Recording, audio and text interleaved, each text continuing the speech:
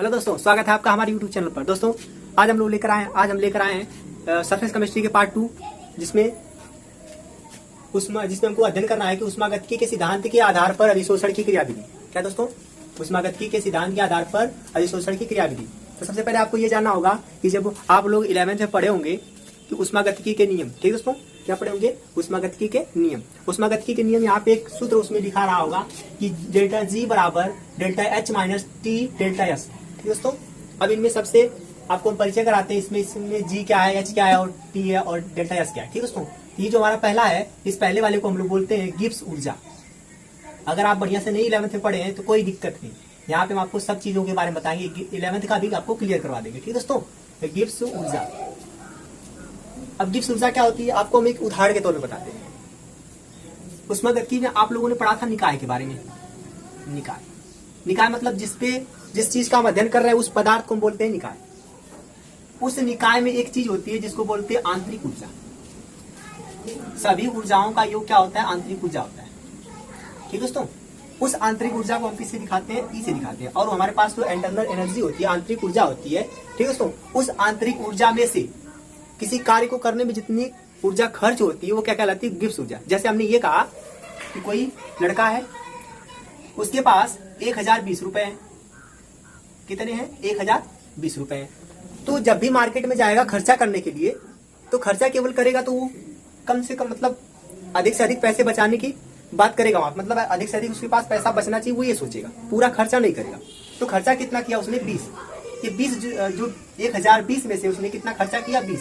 ये जो 20 खर्चा किया है, ये समझिए आप कि ये जो खर्चा हो रहा है वही हमारे गिब्स ऊर्जा के रूप में, मतलब आंतरिक ऊर्जा में से जो भी कार्य करने में खर्च हो रही ऊर्जा उसे कहते हैं गिब्स ऊर्जा। ठीक है दोस्तों, ये छोटी छोटी बातें थी, इसको हम हटा रहे हैं, हम जो पढ़ना उसको देखते हैं। दोस्तों गिब्स ऊर्जा क्या होती है? गिब्स ऊर्जा सरफेस केमिस्ट्री में यानी कि अधिशोषण की क्रियाविधि में मुख्यतः 3 मान आएंगे इसके। पहला मान होगा डेल्टा जी बराबर 0। दूसरा मान क्या होगा? जी का मान जो होगा वो होगा हमारे पास नेगेटिव। तीसरा जो होगा डेल्टा जी का मान वो तो क्या हो सकता है? धनात्मक। मतलब 3 मान हो सकते हैं गिब्स ऊर्जा के। 3 मान हो सकते हैं, पहला 0, दूसरा ऋणात्मक, तीसरा क्या होगा? धनात्मक। ठीक दोस्तों, तो यहाँ पे क्या होगा कि जी का मान कब आएगा? जी का मान तब होगा जब प्रक्रम कैसा होगा? साम्य अवस्था में होगा। कैसा होगा? साम्य अवस्था में होगा। ठीक दोस्तों, जब प्रक्रम हमारा साम्य अवस्था में होगा तो हम उसे कहेंगे कि जी का मान वहां पे क्या आ रहा है? 0। जब प्रक्रम ऋणात्मक आ रहा है, जब प्रक्रम ऋणात्मक आएगा तो हम उसको कहेंगे स्वतः प्रक्रम। क्या कहेंगे? स्वतः प्रक्रम। आपने 11th में पढ़ चुके होंगे। और जब जी का मान, गिब्स ऊर्जा का मान धनात्मक हो तो उसे कहते हैं अस्वतः प्रक्रम। अस्वतः प्रक्रम। ठीक है, कोई दिक्कत नहीं। अगर आपको समझ नहीं आता तो आराम से एकदम लोग समझते हैं इसको। इसके लिए हम एक उदाहरण के तौर पे देखते हैं क्या। चलिए, आपको इस उदाहरण से आपको पक्का एकदम बढ़िया से क्लियर हो जाएगा कि स्वतः, अस्वतः, साम्यावस्था ये सब क्या होते हैं, सब कौन से प्रक्रम होते हैं, ये सब एकदम क्लियर हो जाएगा। ठीक है दोस्तों, हमने क्या किया, एक दो कमरे को लिया। इस 2 कमरों के बीच में एक खिड़की है, फिलहाल अभी ये बंद है। और इस वाले कमरे में हमने गैस के अणु डाल दिए। ठीक दोस्तों, इसमें हमने क्या भरा है? पूरा गैस भर दिया। कोई भी गैस आप भर सकते हैं यहाँ पे। चलिए, हमने यहाँ पे गैस को भर लिया तो हमने यहाँ पे भरा हीलियम गैस को। किस गैस को? हीलियम गैस को। हीलियम गैस पूरा, ये कमरा पूरा खाली है। अब उसके बाद हमने क्या किया? इस खिड़की को खोल दिया। जब हमने खिड़की को खोल दिया तो यहाँ से जितने भी गैस के छोटे छोटे ये कण है वो सब किधर जाने का प्रयास करेंगे?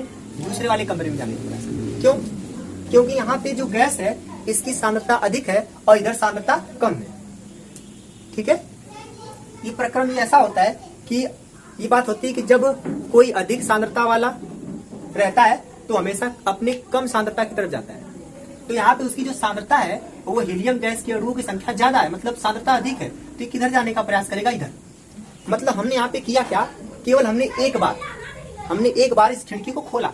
उसके बाद जितनी भी गैस के कड़े हैं, यहाँ पे जितनी भी गैस के अणु हैं, वो सब किधर जाने का प्रयास कर रहे हैं? दूसरे वाले कमरे में आके भर रहे हैं। ऐसे दूसरे वाले कमरे में जाते जाते बढ़ते जाते ये तब तक जाएंगे। ठीक है दोस्तों, ये तब तक जाएंगे जब तक कि इसकी सांद्रता और इसकी सांद्रता बराबर ना हो जाए। मतलब इसमें गैस के अणु और इसमें गैस के अणु जब तक दोनों बराबर नहीं हो जाएंगे तब तक इसमें से इसमें जाता रहेगा। जब दोनों बराबर हो जाएंगे, न इसमें से न इधर जाएगा न इसमें से इधर आएगा। पहली बात फिर से सुनिए। पहला यदि हमने क्या किया कि ये पूरा खाली था कमरा, यहाँ पे खिड़की बंद थी, तो हमने किया क्या, यहाँ पे एक खिड़की को बस केवल खोला यहाँ से। तो जब खिड़की को खोला तो यहाँ से जितने भी छोटे छोटे गैस के कण थे वो सब इसमें जाने लगे। तो हमने क्या किया, केवल एक काम किया कि बस एक बार इसको हमने खोल दिया, बाकी सब जो गैस के कण है वो अपने आप ही क्या कर रहे थे, जा रहे थे। स्वतः का मतलब होता है कि अपने आप, स्वतः का मतलब होता है कि अपने आप। तो यहाँ पे हो क्या रहा है कि हमने एक बार इसको थोड़ा सा काम किया, उसके बाद अपने आप ही प्रक्रम हो रहा है। मतलब इसके जो गैस के मॉलिक्यूल हीलियम गैस है वो इस कमरे से इस कमरे में जा रही है, और इस कमरे में क्या हो रहा है, भर रहा है। ये कमरे में तब तक भरेगी, मतलब जब इधर से इधर हीलियम गैस जा रही है उस प्रक्रम को हम बोलेंगे स्वतः प्रक्रम, मतलब अपने आप हो रहा है। एक बार केवल हमने उसमें काम किया, उसके बाद वो अपने आप होता जाएगा। मतलब हमने यहाँ पे देखा कि अगर एक गैस का कण इसमें से इसमें जा रहा है तो उसके पीछे पीछे सब चले जाएंगे। ठीक है दोस्तों, इसके पीछे पीछे क्या हो जाएंगे, सब चले जाएंगे इसमें। और एक अवस्था ऐसी आएगी कि जब इसमें गैस की अणुओं की संख्या, इसमें गैस की अणुओं की संख्या एकदम बराबर हो जाएगी। क्या हो जाएगी, बराबर हो जाएगी। तो जब बराबर हो जाएगी तो न इधर से इधर जाएगा न इधर से इधर जाएगा, तो कोई काम तो होगा नहीं। जब कोई नहीं काम होगा तो उस कंडीशन में जी का मान क्या होगा, 0, और वो किस अवस्था में होगा, साम्य अवस्था में होगा। आराम से एकदम। पहले हमने क्या बताया कि इसको खूब अच्छे से समझाएंगे। ठीक है दोस्तों, इसको रहने देते हैं, पहले अभी इसको समझ लेते हैं बढ़िया से। हमने क्या किया, फिर से एक बार बता देते हैं। हमने ये किया कि ये कमरा बंद था, इसमें हमने हीलियम के गैस को भर दिया था, और भरने के बाद जब यहाँ से खिड़की खोलेंगे तो इसमें जितने भी कण रहेंगे छोटे छोटे गैस के, वो सब किधर जाने का प्रयास करेंगे, दूसरे खाली वाले कमरे में जाके इसमें भरेंगे।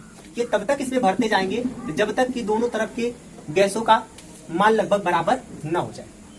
तो जब एक बार हमने काम किया फिर छोड़ दिया तो अपने आप वो काम हो रहा है, तो उसे हम कहेंगे स्वतः प्रक्रम।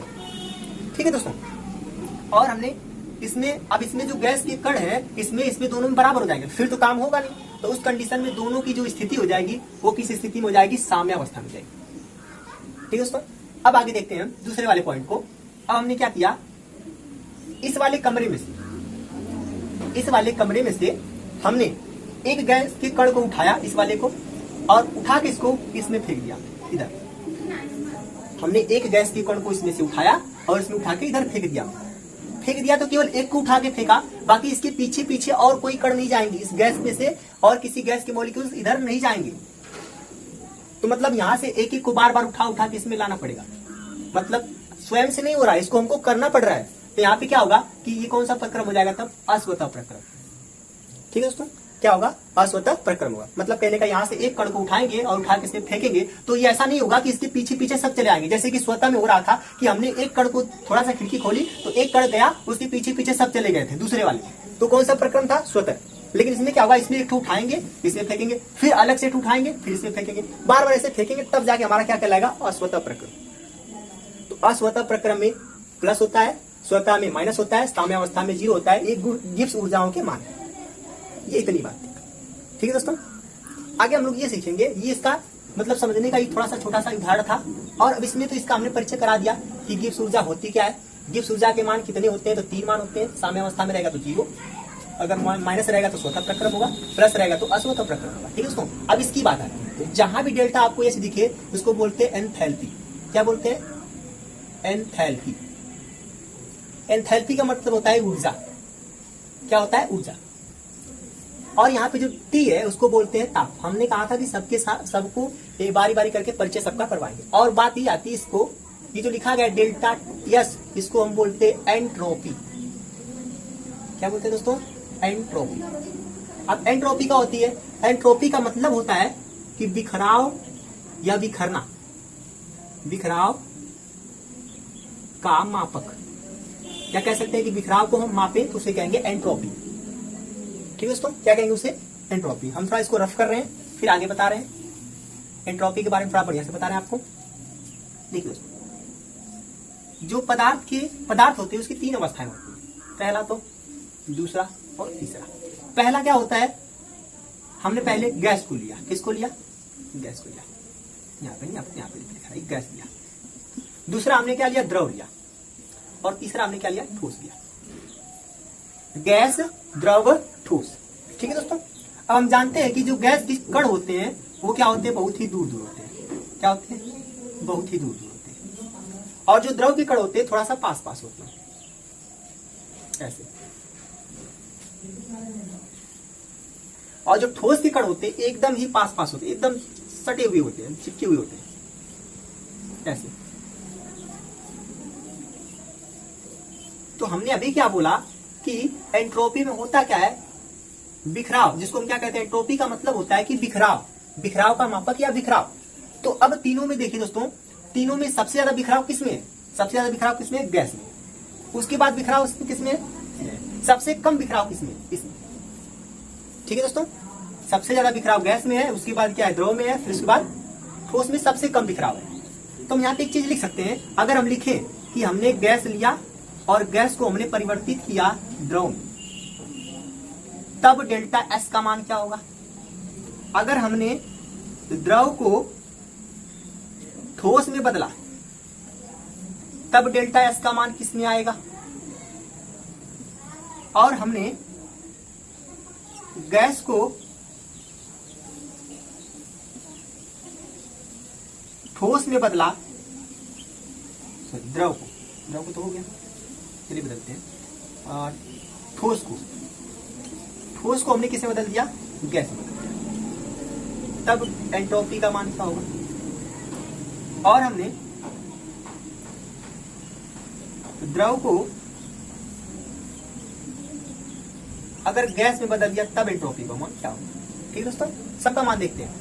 हमने ये कहा कि गैस को हमको द्रव में बदलना है, तो गैस था, अब गैस से हमको द्रव में बदलना है। तो बताइए जो इसके छोटे छोटे कण थे, अगर ये गैस से द्रव में बदलेगा तो उसका जो कणों का बिखराव होगा वह ज्यादा से क्या हो जाएगा, कम हो जाएगा। कम मतलब पास हो जाएगा, तो बिखराव क्या हो जाएगा, कम। तो इसके कहने का मतलब अगर गैस से द्रव हो रहा है तो एंट्रोपी का मान क्या होगा, नेगेटिव होगा, मतलब कम होगा, घटेगा। ठीक दोस्तों, अगर ठोस से द्रव से ठोस में जा रहा है, द्रव से ठोस में, द्रव से ठोस में, तो यहाँ पे कण थोड़ा दूर दूर है, बिखरे हुए हैं, लेकिन यहाँ पे क्या कण क्या है, बहुत ही पास है, मतलब द्रव से अगर ठोस में जा रहा है उस कंडीशन में भी क्या हो रहा है, एंट्रोपी का मान घट रहा है, कम हो रहा है, नेगेटिव हो रहा है। ठीक है दोस्तों, आगे इस वाले को देखते हैं। अगर ठोस है, ठोस से सीधे गैस में, यानी इस ठोस से कहा जा रहा है, गैस में, यहाँ पे कण क्या थे, बहुत ही क्या थे, पास थे, कम बिखरे हुए थे, लेकिन यहाँ पे आते ही क्या हो गए, गैस के कण क्या, ठोस के कण क्या हो गए, बहुत दूर दूर बिखर गए। तो उस कंडीशन में एंट्रोपी का मान किसमें आएगा, पॉजिटिव आएगा, धनात्मक आएगा। ठीक है दोस्तों, अगला, द्रव से अगर गैस में जा रहा है, तो द्रव से अगर गैस में जा रहा है तब भी क्या होगा, पॉजिटिव होगा, क्योंकि यहाँ पे कण क्या हुआ, बहुत पास थे, कम बिखरे हुए थे, लेकिन यहाँ पे आने पर ज्यादा बिखर गए। ठीक है दोस्तों, और ये बात तो आपको बढ़िया से समझ में आ गई होगी कि कब घटेगा एंट्रोपी का मान, कब बढ़ेगा। हम इसको इसलिए समझा रहे थे, यदि आप 11वीं में नहीं पढ़े हैं तो आप इसको पढ़ लेंगे, इसको समझ लेंगे, तो आपको जो हम इसको इस चीज को सिखाने वाले हैं, जो समझाने वाले हैं, वो आपको बहुत ही अच्छे से समझ में आएगा। और लास्ट में हम आपको इसको इस सब के बारे में बढ़िया से लिखवाएंगे, आप उसका नोट बना सकते हैं, और अगर आप नोट बनाते हैं और इस नोट से आप परीक्षा देने जाते हैं तो आपको बहुत ही अच्छा स्कोर कर पाएंगे परीक्षा। ठीक है दोस्तों, और यदि आपको इसके नोटबुक चाहिए, नोटबुक मतलब हैंड राइटिंग नोट चाहिए, तो आपको हमारे इस व्हाट्सएप नंबर पे जो स्क्रीन पे चल रहा है, इस व्हाट्सएप नंबर पे आपको मिल जाएगा। ठीक है दोस्तों, पीडीएफ के रूप में आपको दे दिया जाएगा। तो हम इसको मिटा रहे हैं। अब अगला जो हमारा पढ़ने वाले, हम लोग अगला टॉपिक जो पढ़ने वाले हैं, जो मेन है, ठीक है दोस्तों, इसको समझने के बाद हमको इस सूत्र के बारे में बढ़िया से समझना है, इस वाले सूत्र के बारे में। ठीक है दोस्तों, तो हमने इससे क्या सीखा कि जो एंट्रोपी का मान होता है, बिखरता है तो ज्यादा रहता है, अगर कम हो जाता है, मतलब बिखराव अगर कम हो जा रहा है तो एंट्रोपी का मान क्या हो रहा है, कम हो रहा है। अगर बिखराव ज्यादा है तो एंट्रोपी का मान ज्यादा होगा। हमने ये बात यहाँ से सीखी। अब हम थोड़ा सा सीखते हैं अधिशोषण के सिद्धांत। अधिशोषण के सिद्धांत पर उष्मागतिकी जो मतलब अधिशोषण होता है उसमें क्या होता है। ठीक है दोस्तों, काटा। तो दोस्तों हम लोग ये पढ़े थे अधिशोषण के बारे में। अधिशोषण में हमने ये पढ़ा था कि जो इसके ऊपर सतह पर आके कण चिपक रहे हैं या फिर संचित हो रहे हैं, उस कण को हम बोलते हैं अधिशोष्य। क्या बोलते हैं, अधिशोष्य। और जिस पे आके लग रहा है, ये चिपक रहे हैं या संचित हो रहे हैं, उसे हम क्या बोलते हैं, अधिशोषक। क्या बोलते हैं, अधिशोषक बोलते हैं। तो केमिस्ट्री का ये रूल होता है, ये केमिस्ट्री में ये बहुत ही बड़ा रूल होता है कि जब कोई अभिक्रिया हो रही है, जब कोई अभिक्रिया हो रही है, उसमें आबंध बन रहे हैं, तब वहां पे ऊष्मा का या ऊर्जा का क्या होता है, मुक्त होता है। मतलब ऊर्जा या ऊष्मा क्या होती है, उसमें से मुक्त होती है, बाहर निकलती है।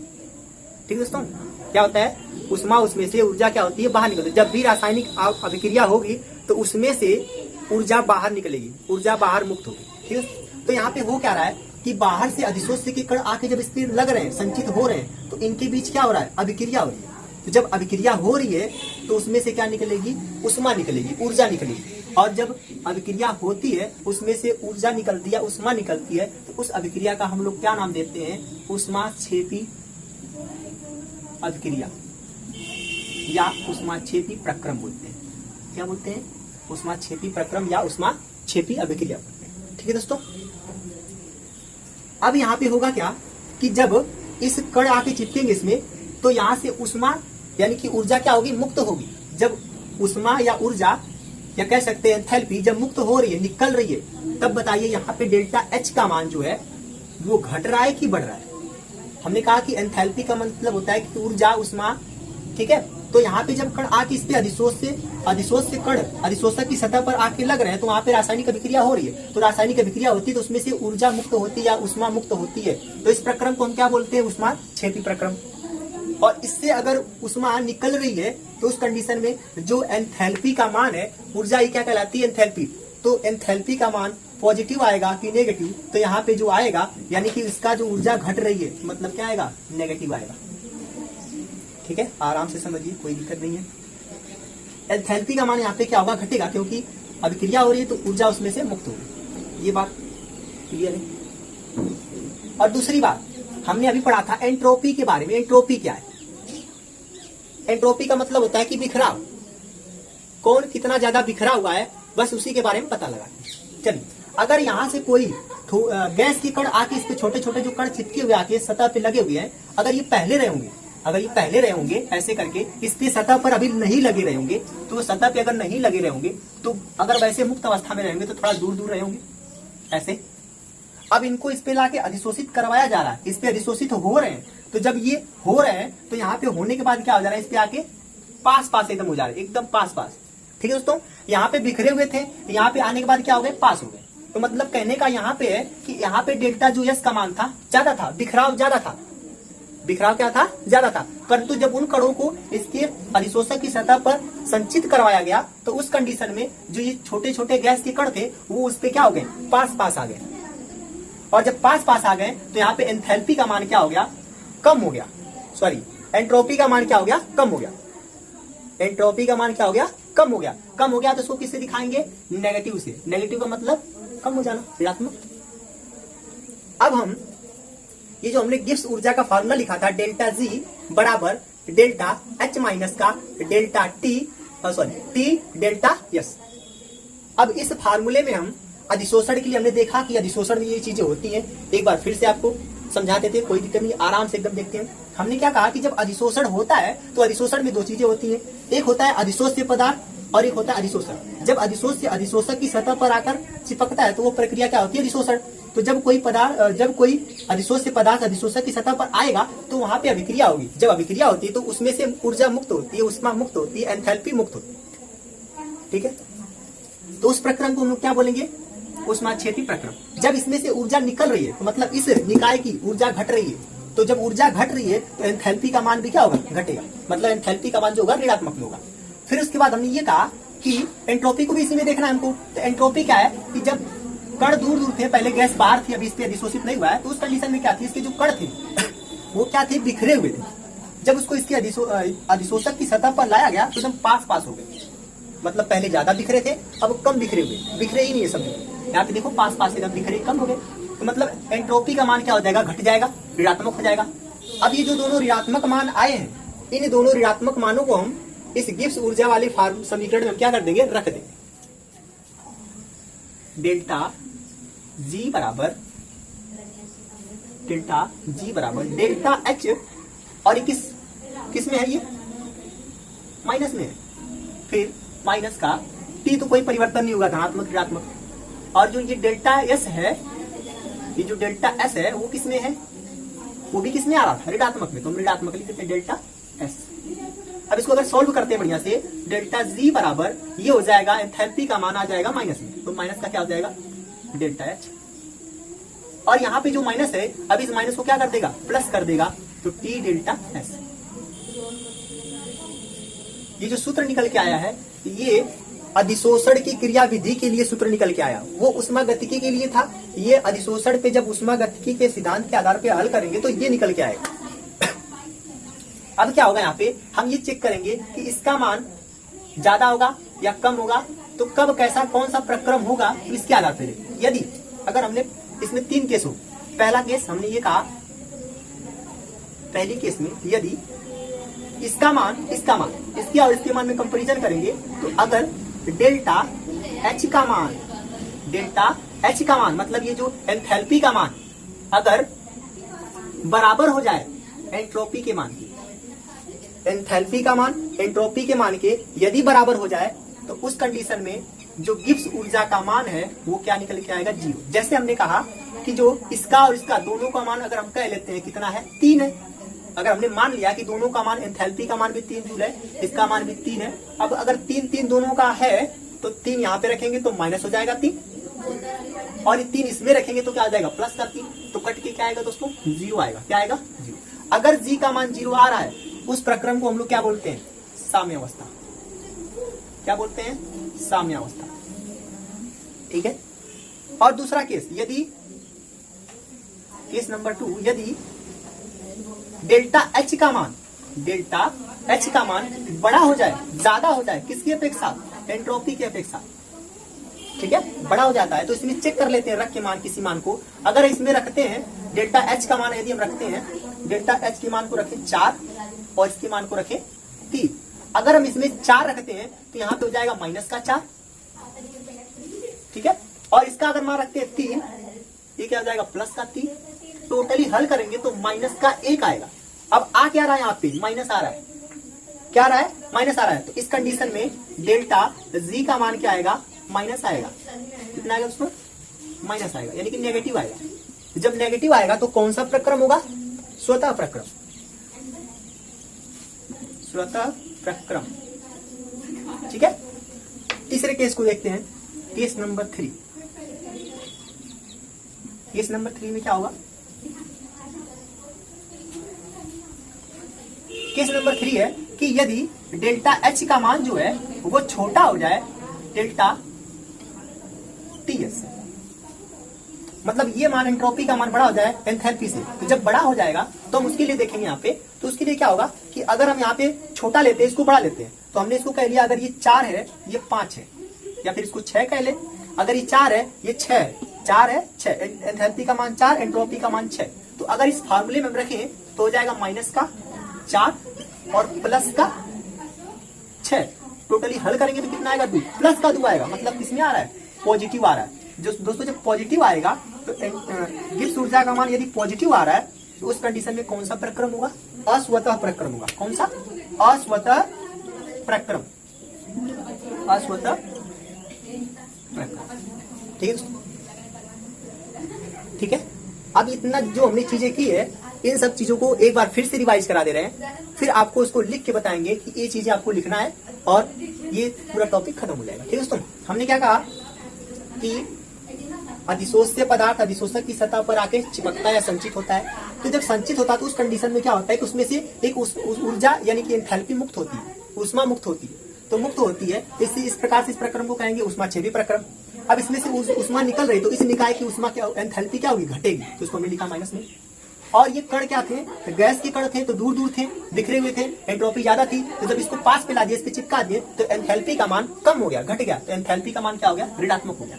अब एंथैल्पी का मान ऋणात्मक हो गया, तो इस वाले मान को ऋणात्मक को, इस वाले मान की ऋणात्मक को इस वाले समीकरण में रख देंगे, गिब्स ऊर्जा के समीकरण में। जब मान रखेंगे तो डेल्टा एच हो जाएगा माइनस, ये हो जाएगा माइनस, तो ये माइनस इससे माइनस से गुणा करेगा तो प्लस हो जाएगा। ये फार्मूला निकल के आएगा अधिशोषण की ऊष्मागतिकी के सिद्धांत के आधार पर। अब क्या होगा कि कब इसका मान ऋणात्मक आएगा, कब धनात्मक आएगा, कब 0 आएगा। तो उसके लिए हम क्या करेंगे, कंडीशन लगाएंगे, केस लगाएंगे कि यदि डेल्टा एच एंथैल्पी का मान एंट्रोपी के मान की यदि लगभग पूरा बराबर होता है, एंथैल्पी का मान एंट्रोपी के मान के अगर बराबर होता है, तो दोनों प्लस माइनस कट के 0 हो जाएंगे। जब 0 हो जाएंगे तो उस कंडीशन में जी का मान 0 आएगा। तो वो कौन सी कंडीशन होगी, साम्यावस्था प्रक्रम होगी। ठीक है। दूसरा वाला क्या होगा, केस 2, यदि एंथैल्पी का मान बड़ा हो जाए और एंट्रोपी का मान छोटा हो जाए। तो एंट्रोपी का मान छोटा होने के कारण और एंथैल्पी का मान ऋणात्मक है, जो कि बड़ा है, अगर वो ऋणात्मक है, ज्यादा बड़ा है एंट्रोपी से, तो पक्का उसका मान क्या आएगा, ऋणात्मक आएगा। अच्छा अगर ऋणात्मक आ गया तो उसे कहेंगे स्वतः प्रक्रम। जी का मान यदि ऋणात्मक आएगा तो क्या कहेंगे, उसे स्वतः प्रक्रम कहेंगे। दूसरी बात, यदि एंथैल्पी का मान कम है, एंट्रोपी का मान ज्यादा है, तो उस कंडीशन में जो डेल्टा जी का मान आएगा क्या, पॉजिटिव आएगा। और पॉजिटिव आया तो उसको क्या बोलेंगे हम लोग, अस्वतः प्रक्रम। ठीक है, अब इसको हम एक बार मिटा के लिख दे रहे हैं बढ़िया से, आप उसको नोट कर लीजिएगा।